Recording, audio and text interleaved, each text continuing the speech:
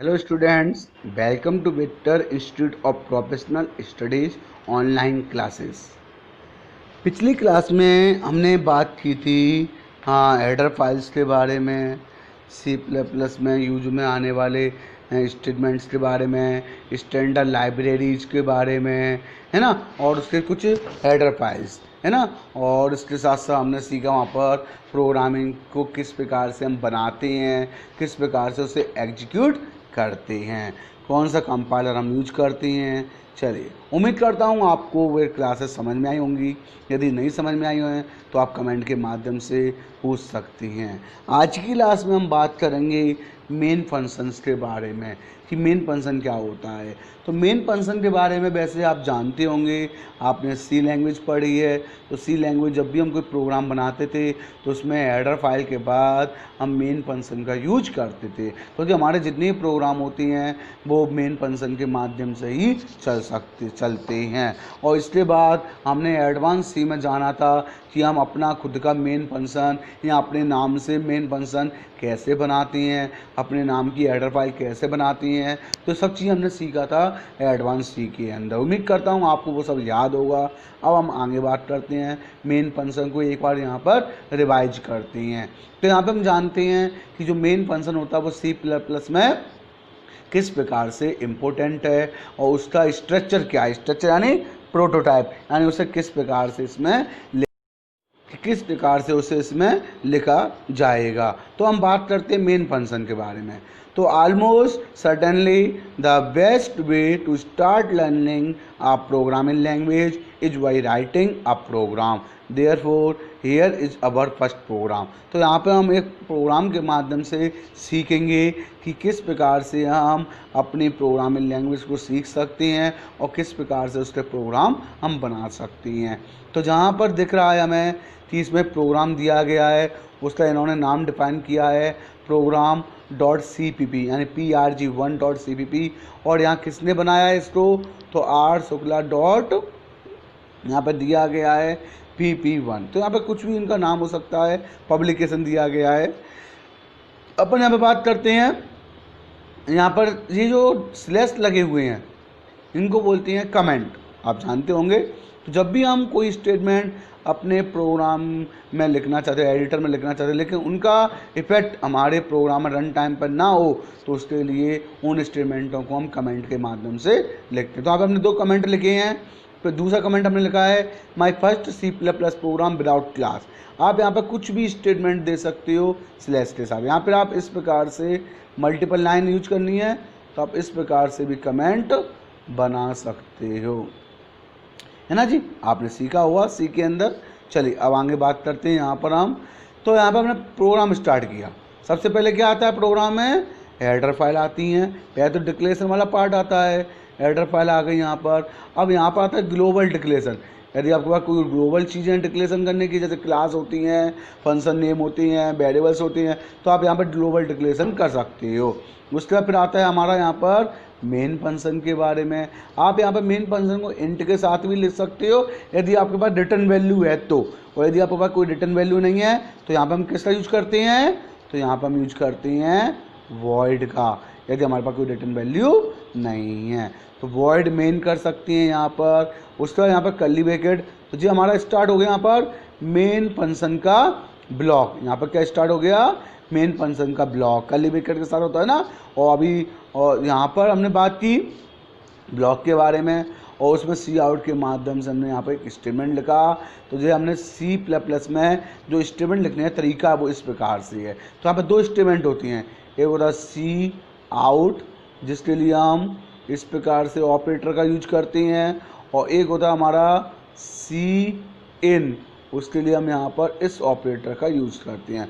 तो put to operator और get from operator का यूज किया जाता है, जो यह बताता है कि हमें वैल्यू कहाँ से लेनी है और यहाँ पे वैल्यू किस प्रकार से प्रिंट करनी है। तो ये स्टेटमेंट हमारे सी के प्रिंटफ और स्कैनफ के स्थान पर यूज किए जाते हैं। प्रिंटफ के स्थान पर यहाँ पर सी आउट का यूज करते हैं और स्कैनफ के स्थान पर यहाँ पर हम सी इन का यूज करते हैं इनपुट लेने के लिए। तो यहाँ पर हमने स्टेटमेंट प्रिंट किया welcome to C plus plus. हमने यहाँ पर कुछ मार्क्स लगाए, एक्सक्लेमेशन मार्क, और यहाँ पर स्लैश एन जानते हो ना आप लोग, न्यू लाइन के लिए हम यूज करते हैं।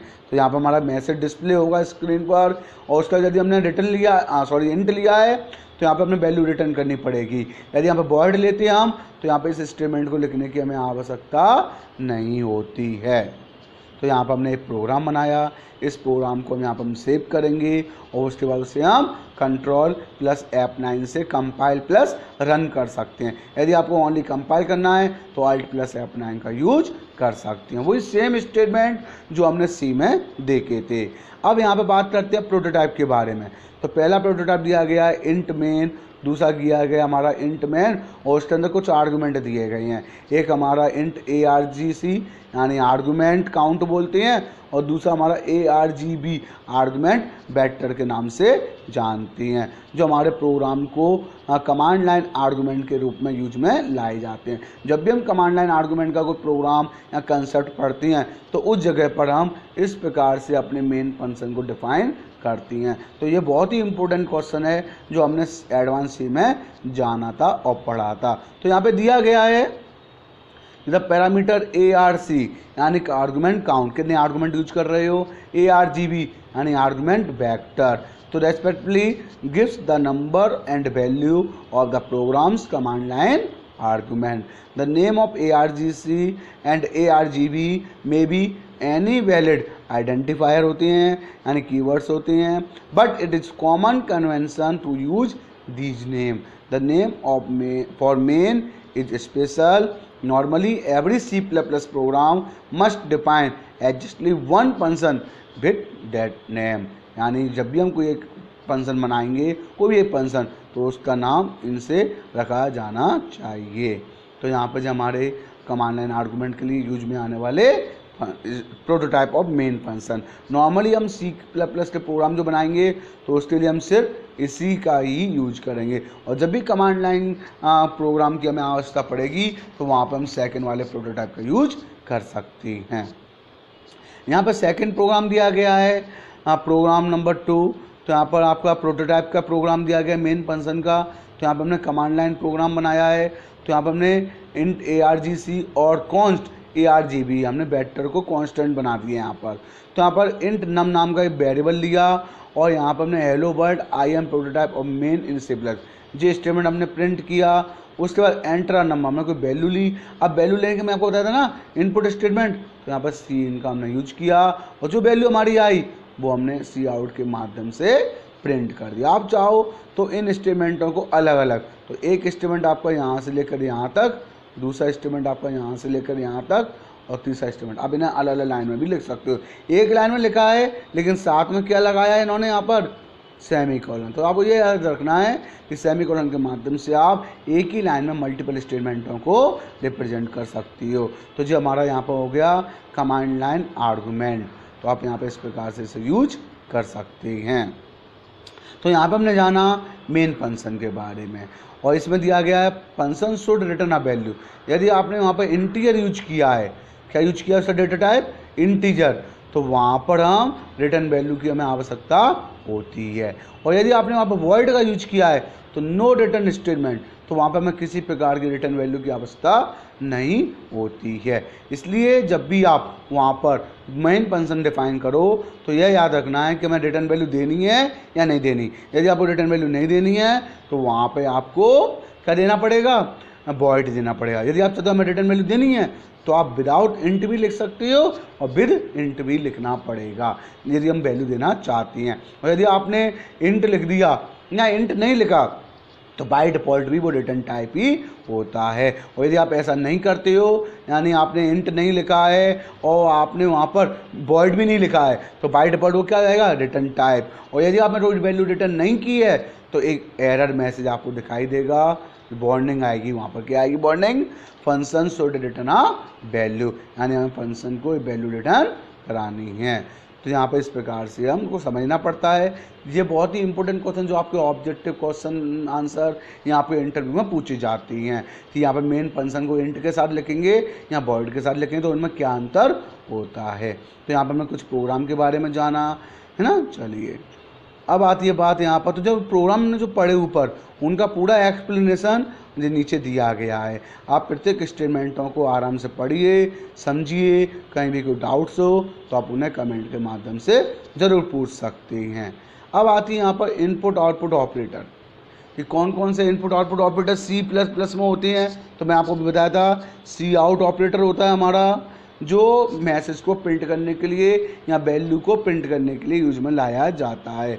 यहाँ पे एक एंडल मैनिपुलेटर का यूज किया गया है, जो आप यहाँ पर न्यू लाइन के लिए यूज किया था। हमारा मैसेज न्यू लाइन में दर्शाने के लिए हम यहाँ पर एंडल का यूज करते हैं। और जब भी कोई मैसेज में प्रिंट कराना है तो उसे हम किस में लिखते हैं, डबल इन्वर्टेड कोमा में लिखा जाता है। अब यहाँ पे इसको एक्सप्लेन किया दिया है, जैसे यहाँ पे दिया सी प्लस प्लस स्ट्रेन, यहाँ पर सी आउट हमने एक ऑब्जेक्ट लिया और उसके साथ हमने यहाँ पर क्या किया, इंसर्शन ऑपरेटर का यूज किया। तो इन इंसर्शन ऑपरेटर का काम क्या है, इसका काम है जो भी आप वेरिएबल या मैसेज लिखोगे तो उसे वहाँ पे स्क्रीन पर क्या कर देगा, वो प्रिंट कर देगा। तो इसे हम इंसर्शन ऑपरेटर के नाम से जानते हैं। चलिए अब आता है यहाँ पर एक और ऑपरेटर आपका सीन के साथ। दूसरा स्टेटमेंट क्या है, सीन। जब भी हमें यूजर से कोई वैल्यू इनपुट करानी होती है तो स्टैंडर्ड इनपुट स्ट्रीम के रूप में हम सी इन स्टेटमेंट का यूज करते हैं, इसलिए हम सी इन के नाम से जानते हैं। और इसके साथ हम एक्सट्रैक्शन या गेट फ्रॉम, उसके साथ हम पुट टू ऑपरेटर का यूज करते हैं। इसको क्या बोलते हैं हम, put to operator, put to operator. और यहाँ पे इसको क्या बोलते हैं हम, गेट फ्रॉम ऑपरेटर। क्या बोलते हैं, गेट फ्रॉम ऑपरेटर। जो आपको यहाँ पे दिखाई दे रहा है, जो यहाँ पे लिखा हुआ है, extraction and get from operator के नाम से इसे हम जानते हैं, जो यूजर से वैल्यू लेने के लिए इसका यूज किया जाता है। तो the multiple use of this operator in one statement is called cascading. यदि आप एक से अधिक ऑपरेटरों का यूज करते हो तो हम क्या बोलेंगे, cascading. When cascading is an output operator you should ensure necessary blank space between different items। तो उनके मध्य एक स्पेस होना चाहिए जिसके माध्यम से हम इसका यूज करेंगे। अब यहाँ पे दिया गया है कीबोर्ड, तो कीबोर्ड के माध्यम से हमें इनपुट करना है, तो यहाँ पे अपने कीबोर्ड के माध्यम से सी इन का यूज करके गेट फ्रॉम ऑपरेटर के माध्यम से एक वैल्यू क्या कर दी, इनपुट करा दी। तो सी इन और सी आउट दो स्टेटमेंट हैं जिसका यूज हमारी वैल्यू लेने के लिए और उसे प्रिंट करने के लिए किया जाता है। तो यहाँ पे हमने जाना कि सी प्लस प्लस में कौन कौन से स्टेटमेंट होती हैं, और हमने यहाँ पे जाना कि सी प्लस प्लस में मेन फंक्शन क्या होता है। यदि आपको यहाँ पर किसी प्रकार का कोई डाउट्स है तो आप कमेंट के माध्यम से पूछ सकते हैं, और आपने जो सी में प्रोग्राम बनाए थे उन सभी प्रोग्राम्स को आप सी प्लस प्लस स्टेटमेंट के साथ भी बना सकते हो। यदि कोई डाउट्स होता है तो आप कमेंट के माध्यम से पूछिए। धन्यवाद।